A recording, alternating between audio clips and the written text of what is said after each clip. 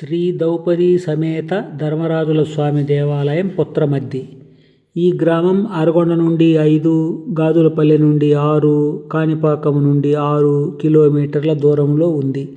శిలాయుగ కాలం నుండి జనసంచారం ఉన్న గ్రామం. కొండలలో, అడవులలో శిలాయుగ మానవులు నివసించిన ఆధారాలున్నాయి.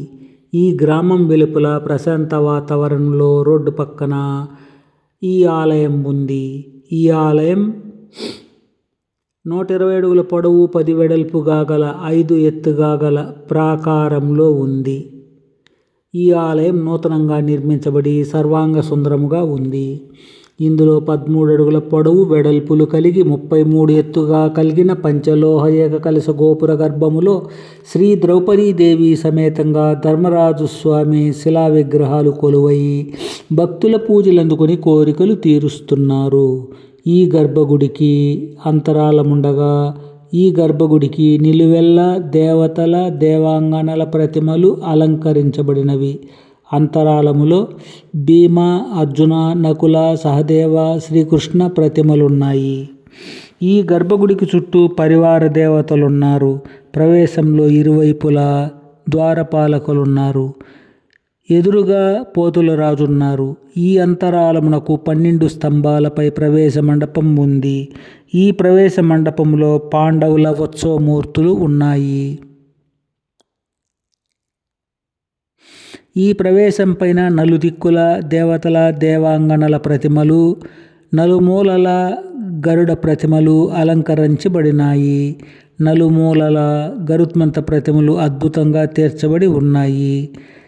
ఈ ప్రవేశం పైన ప్రధాన ఉపాలయంలో ద్రౌపది ధర్మరాజుల ప్రతిరూప దృశ్యాలు, ఇరువైపులా ద్వారపాలకుల దృశ్యము అమోఘంగా ఉంది.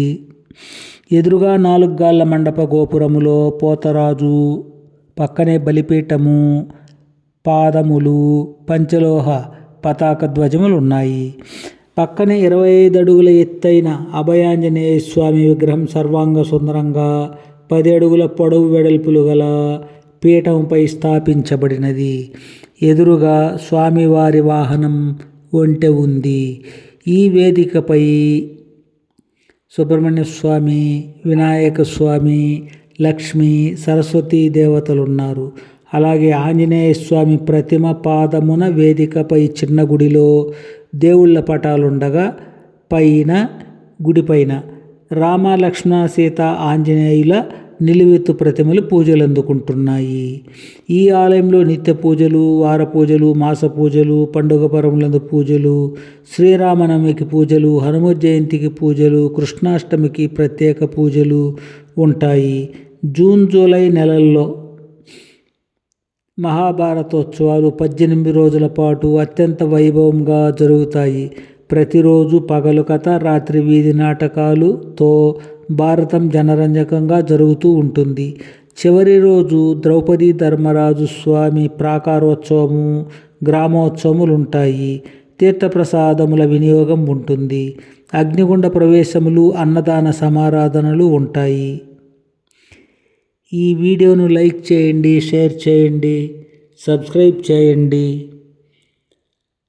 పురాతన దేవాలయాల అన్వేషణ అనే ఛానల్లో వందలాది దేవాలయాల వీడియోలు చూసి సంతోషించండి.